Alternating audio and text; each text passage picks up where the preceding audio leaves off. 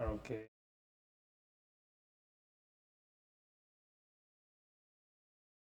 Image. Mm, Critical numerical methods. So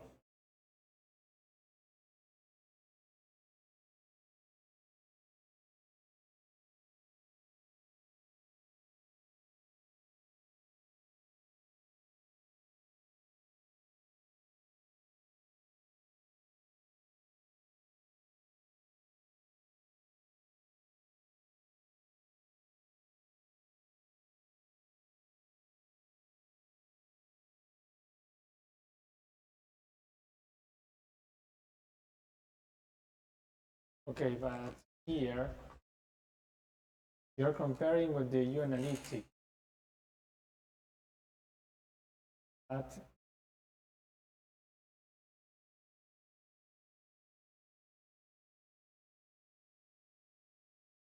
I see.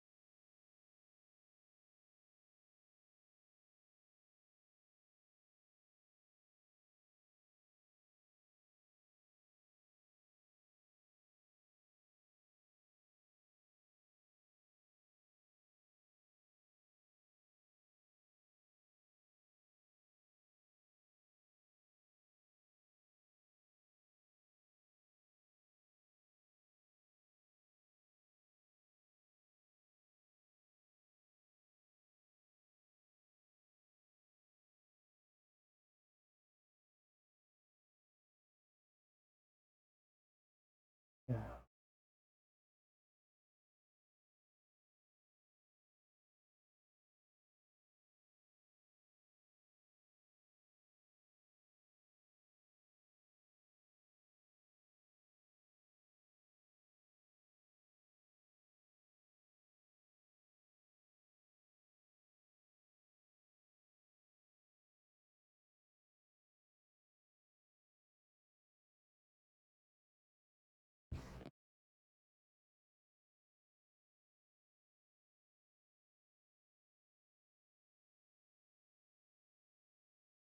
So walk me a bit through it. How are you calculating the errors? Let me open the chat here because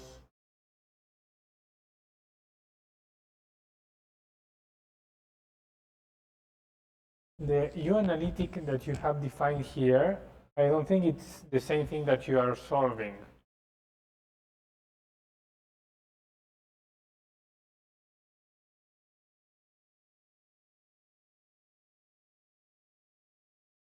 Because the U-analytic that you are giving us here is the one of the... okay, you're saying return UPA plus UMA.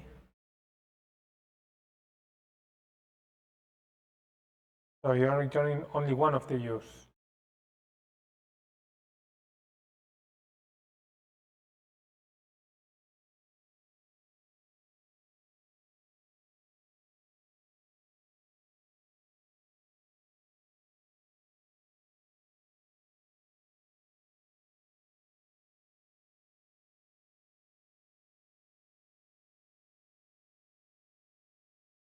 So reading the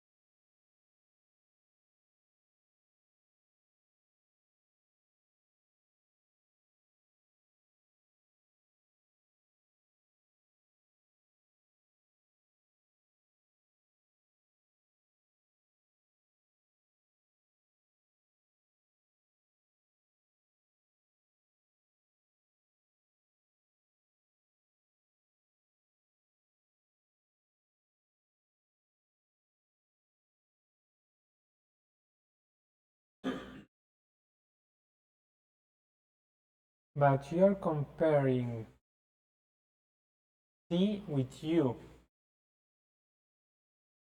right? Here.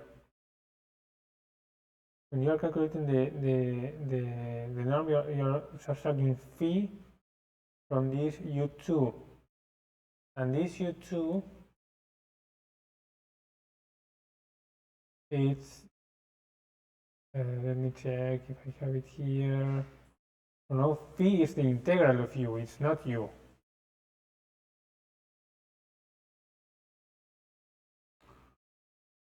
So you are evolving these two variables, U and V, right?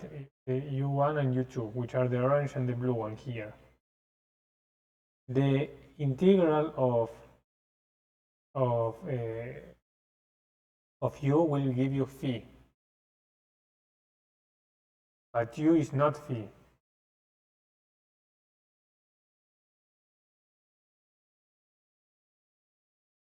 I recommend that you calculate the error with the U, not to, forget about the phi when calculating the error, only do it with the U.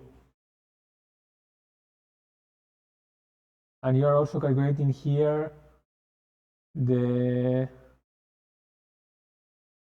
maximum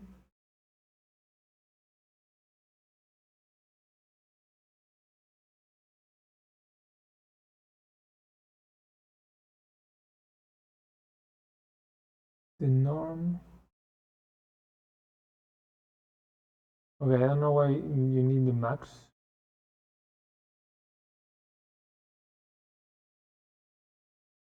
Yeah, but this is not like this value here is just a number, right? If I do norm of 1, 2, 3, this is a number, so there is no maximum. This is just a single number, right? So it doesn't make sense to calculate the max here. So we can forget about this. So what you're doing here is calculating the L2 norm, but what you are subtracting here is U2 minus phi. But what is phi and what is U2? Phi is CUA dx. So here.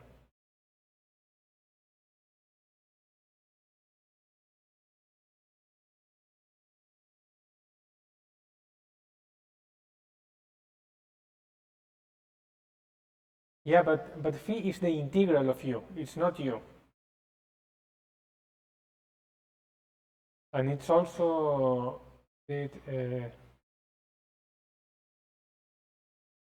so phi, to calculate phi, you are using C here, and for that you are using U2. So this is something. So the phi that you are calculating here is from your analytical. Okay. Okay. So you are saying, yeah, but I think you should be using here the UA.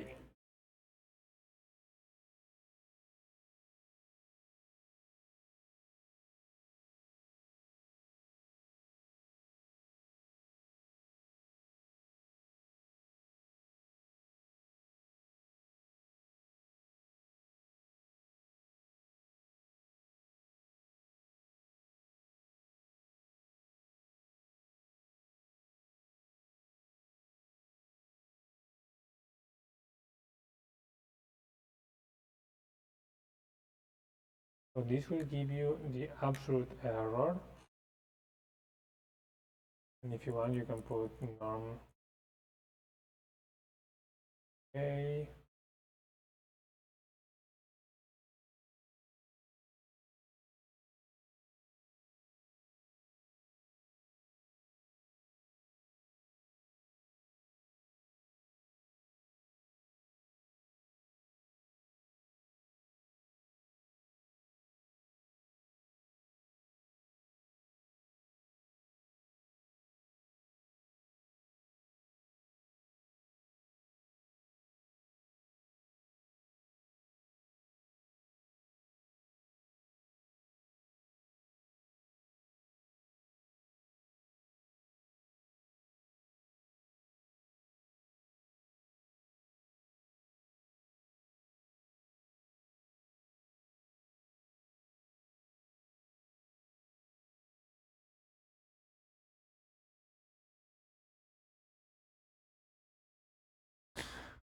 So, I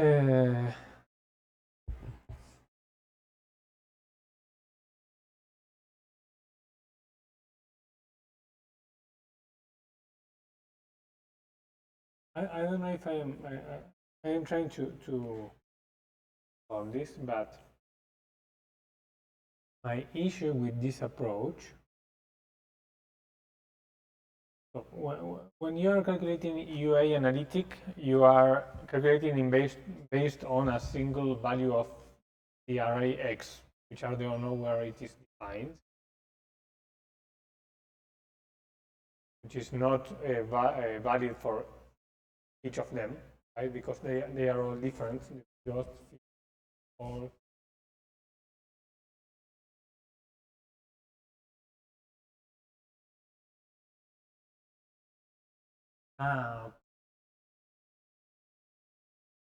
first of all, here you are doing for E0 to T.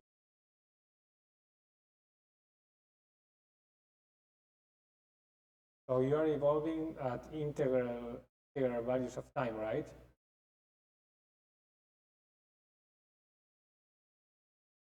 I don't know if you can hear.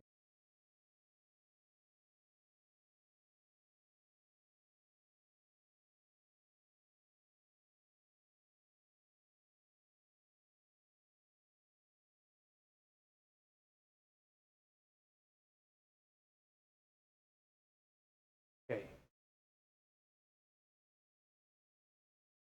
First of all, careful here on what you are, times that you're choosing.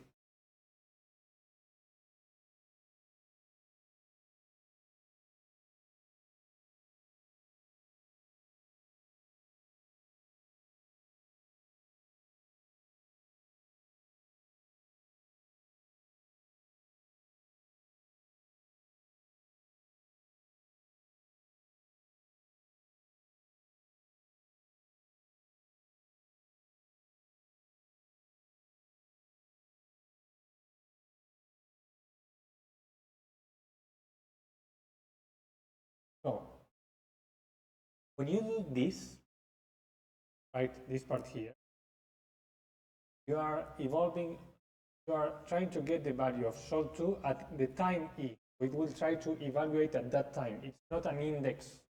It is a time value that you're putting. So you need to be a bit careful there, because you need to be certain that that is a time for which the solution is defined.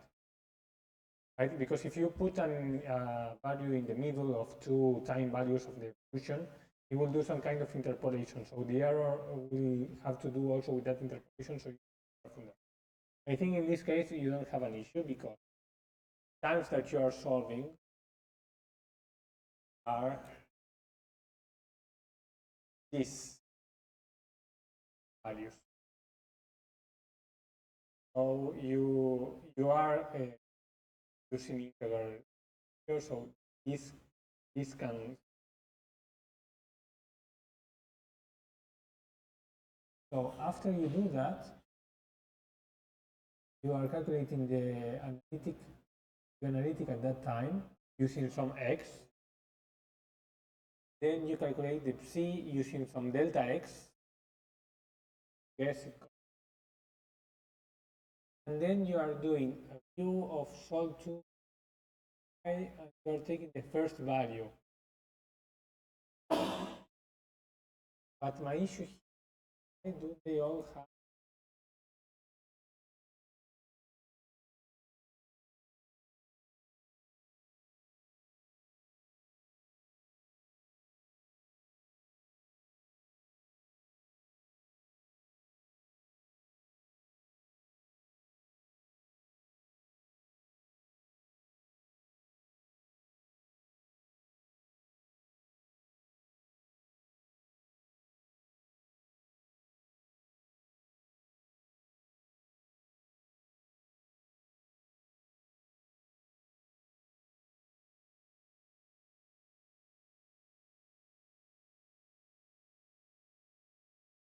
Yeah, but X cannot be this. Yeah.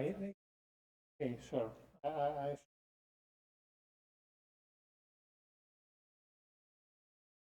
Here you're comparing the first value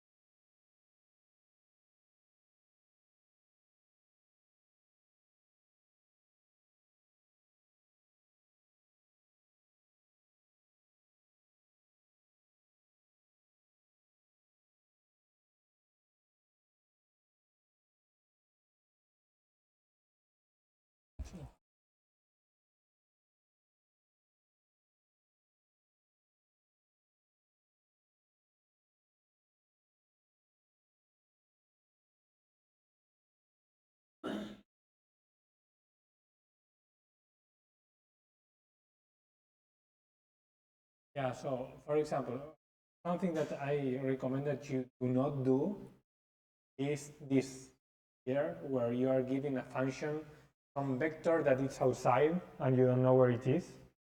Because later maybe you change the vector and this function starts fake. So if you do this, give it here.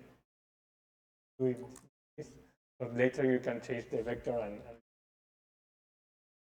so I am trying to follow here. I don't know why the sizes of the solutions are different. But my issue here is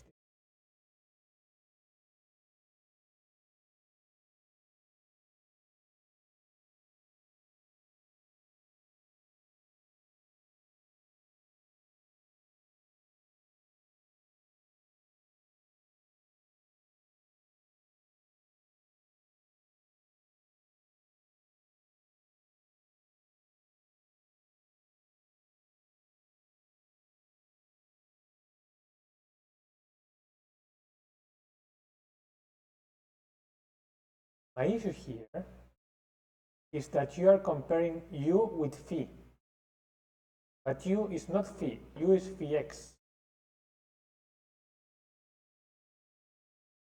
Do you follow?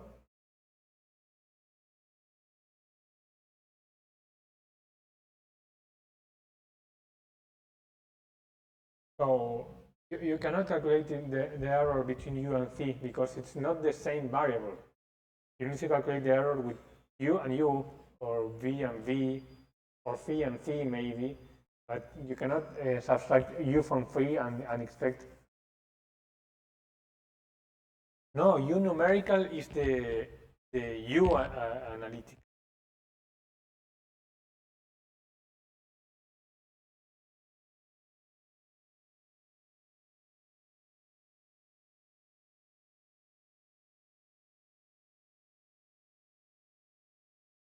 Right? It should be.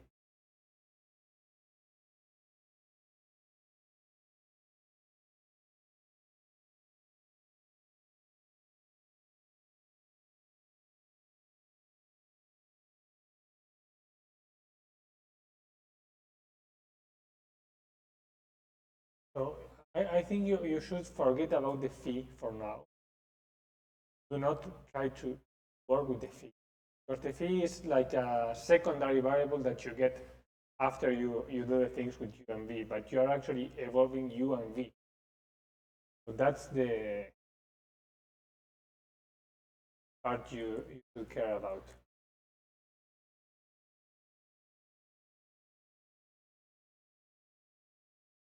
So somewhere, yeah, that's the issue. Somewhere down here, you're redefining x, so that is why it stops working. Where do you first define?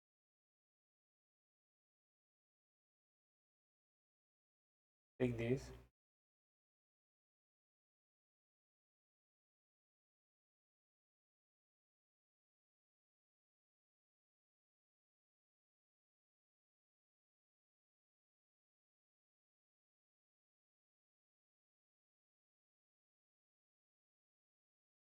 Okay, so now we get this error, which is also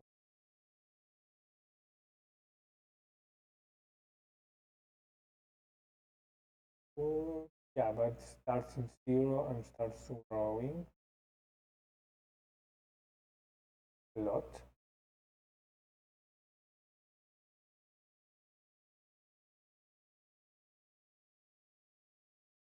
So when you put here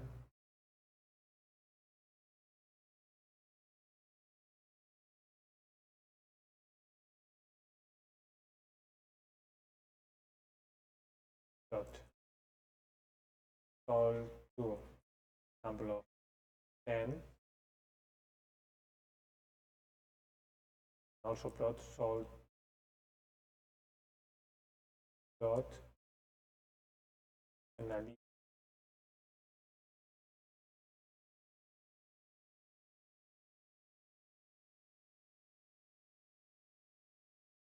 So these should be the same, right? But they are these are the ones that you need to compare, not this and the phi, this and the u. And you are having here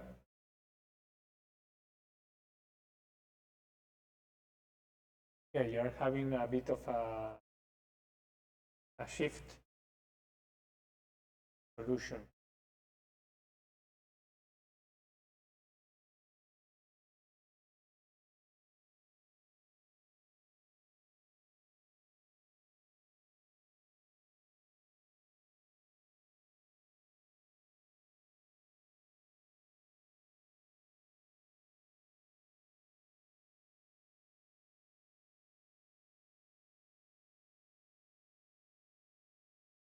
But I am not sure if the problem here is the numerical approximation or the way you define the analytic solution.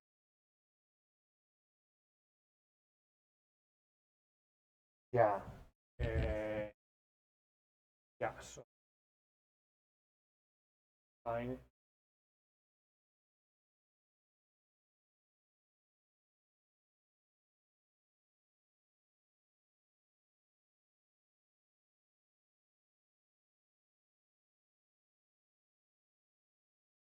So I would also check here. Okay, country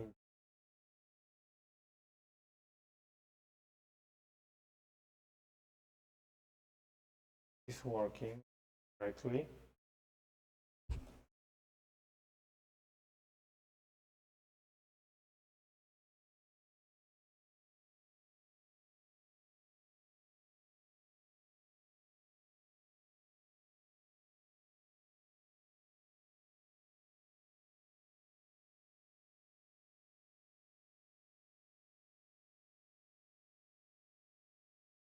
Yeah, but there's still like a little bit of a difference here, right?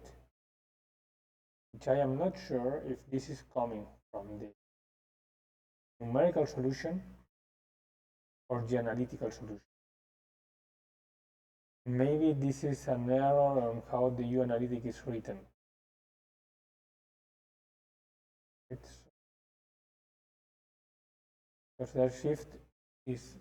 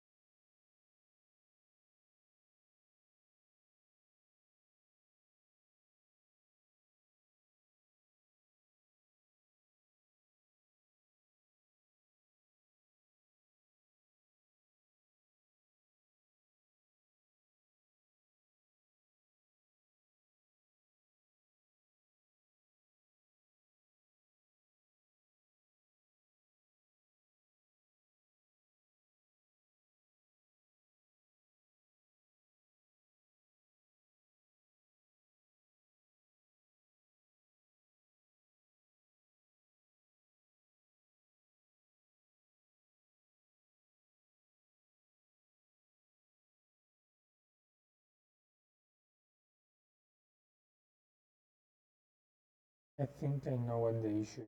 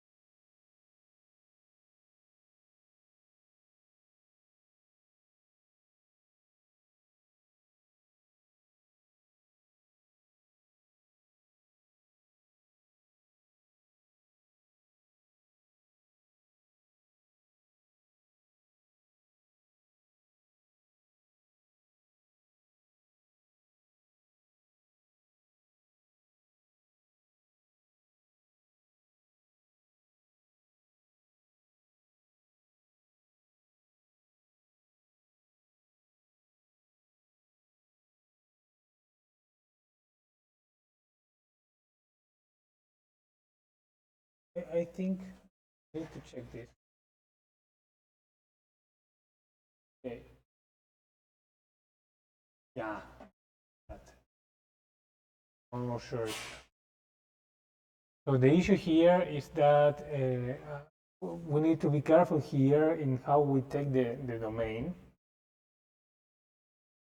in how you are doing the periodicity, because the issue here is that you're starting with a wave, right, that is contained in a certain region, and it starts to evolve.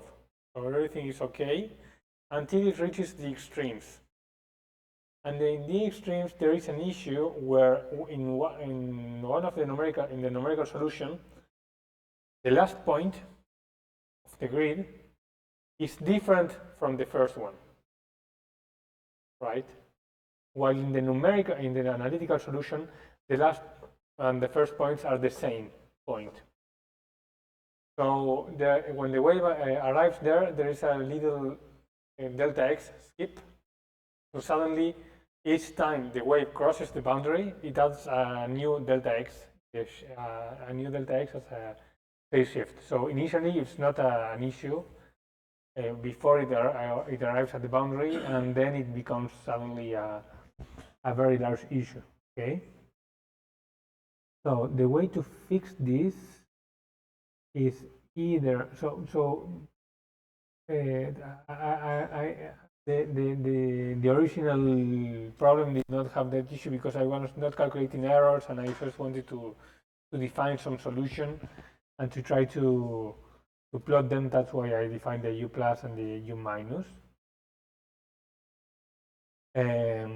So what I think you can fix here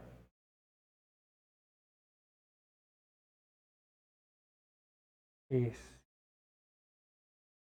either this function here needs to take into account the dx, the return to interval, or you need to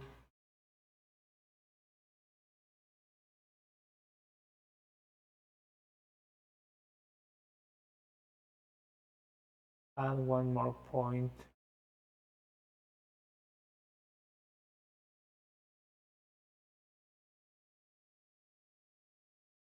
So, do you see the issue, Felipe?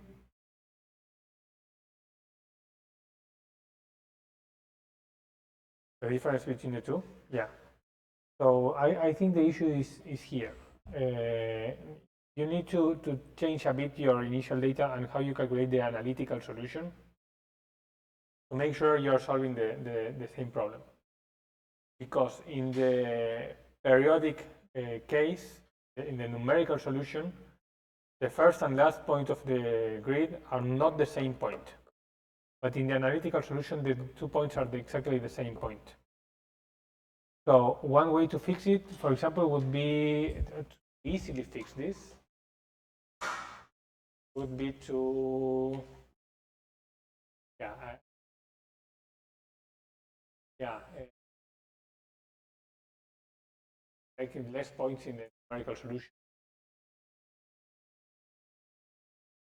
So you do a solution with one less point, or with one more point, then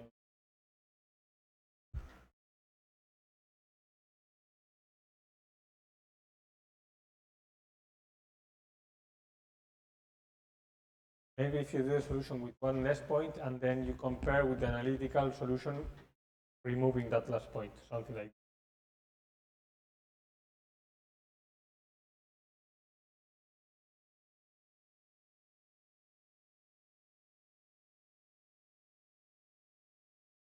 Yeah, actually what you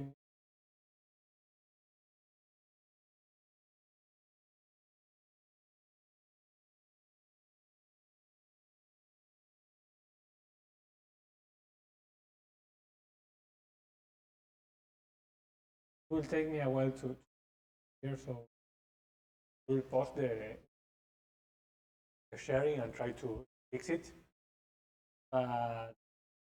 You have two issues. First, what solution you are comparing to what, and the other issue that you are having is that analytical solution is not exactly the same thing that you are got here. So we need to fix.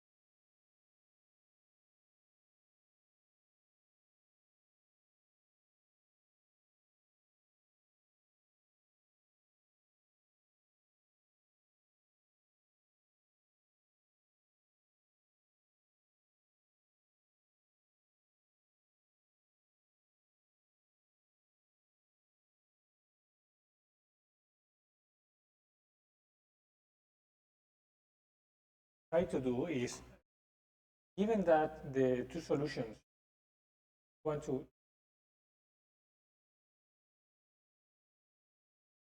given that the two, you have a solution that essentially after one period it should go back to exactly the same place, right? Because you have a part of the solution that is moving with the negative speed and the other one with positive speed, but the speed is the same. After a while, the solution should form again, right? You should get exactly the same thing that you had in the beginning. So you can simply compare with the initial data at those times. Wait until it goes back to the same point, see when compare them.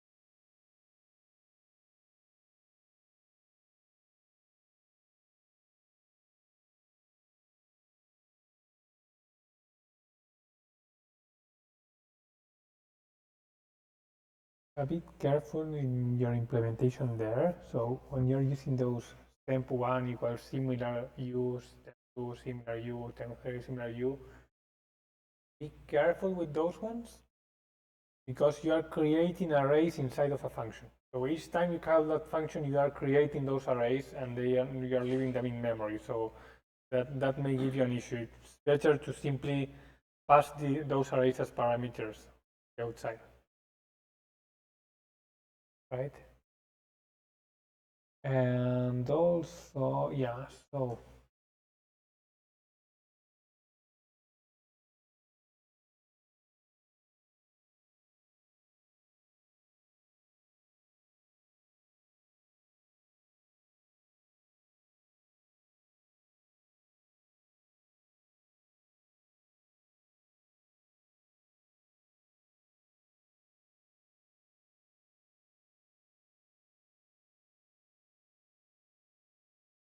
yeah, so here, what you could try to do here to make it easier for you is to try to do all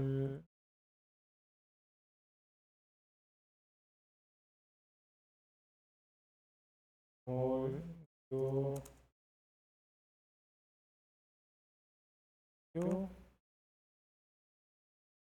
yeah, but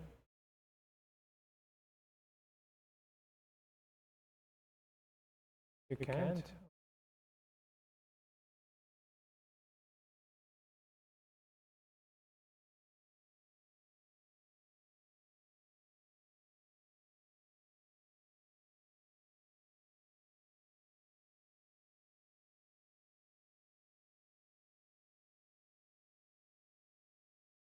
Um,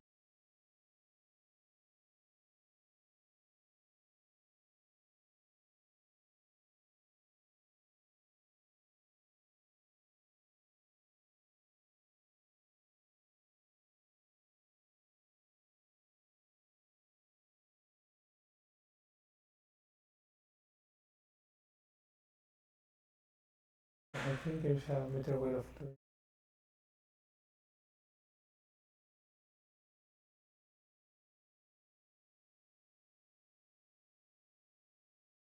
Yeah, maybe you need a temp1 here. Maybe you can do this with only one temp, but even then, you can simply put here like temp1, temp2, temp3, something like this. You remove this from here, and outside you define temp1 equals zeros n, something like this. And then when you define the parameters, you pass it variables, okay? But here you're using the D2 operator, right? No, not the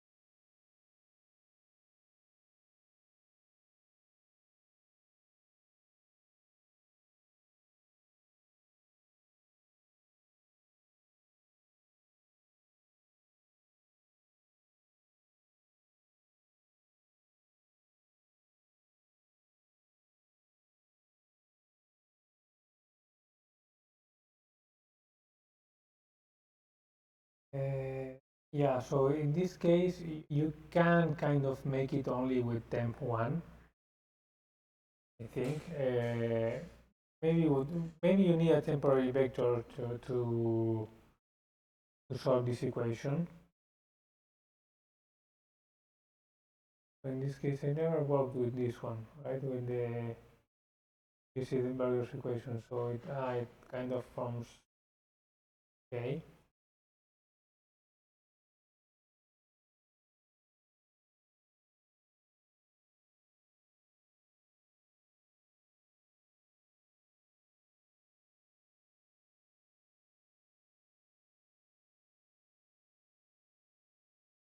I'm wondering here.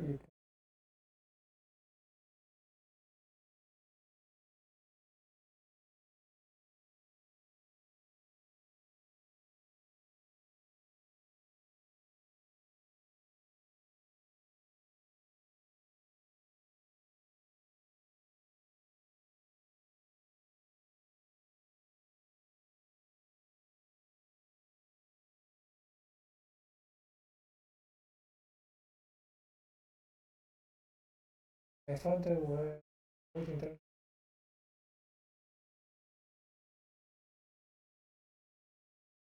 What do you mean by that?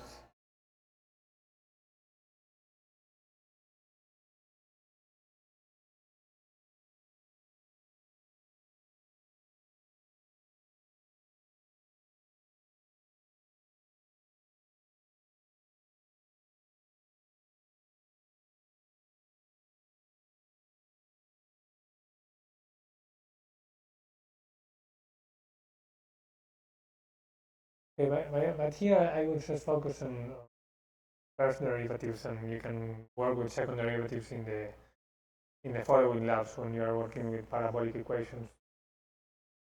But wait.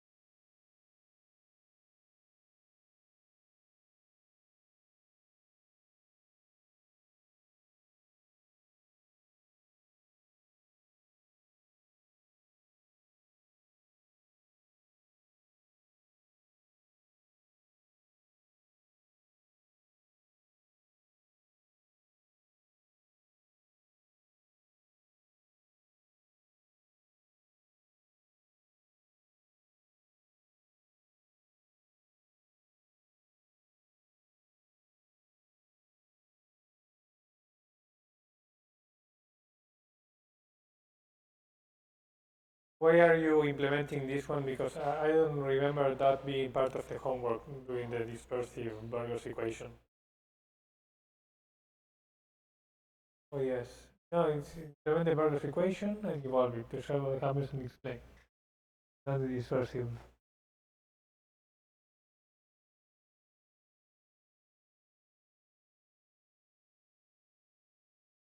¿Cómo?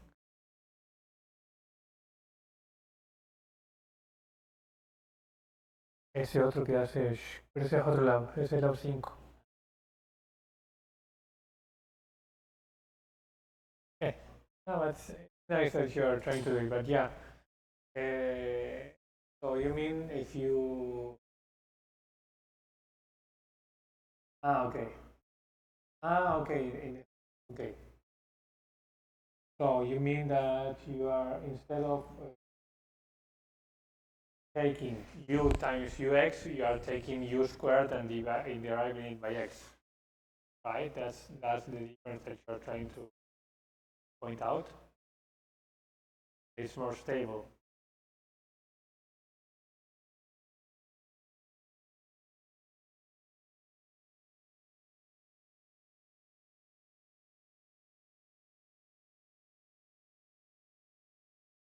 Yeah, it probably is more stable because you're thinking more in terms of the conservation law itself than the derivatives of u. So yeah, it will probably be a bit more stable if you do it that way.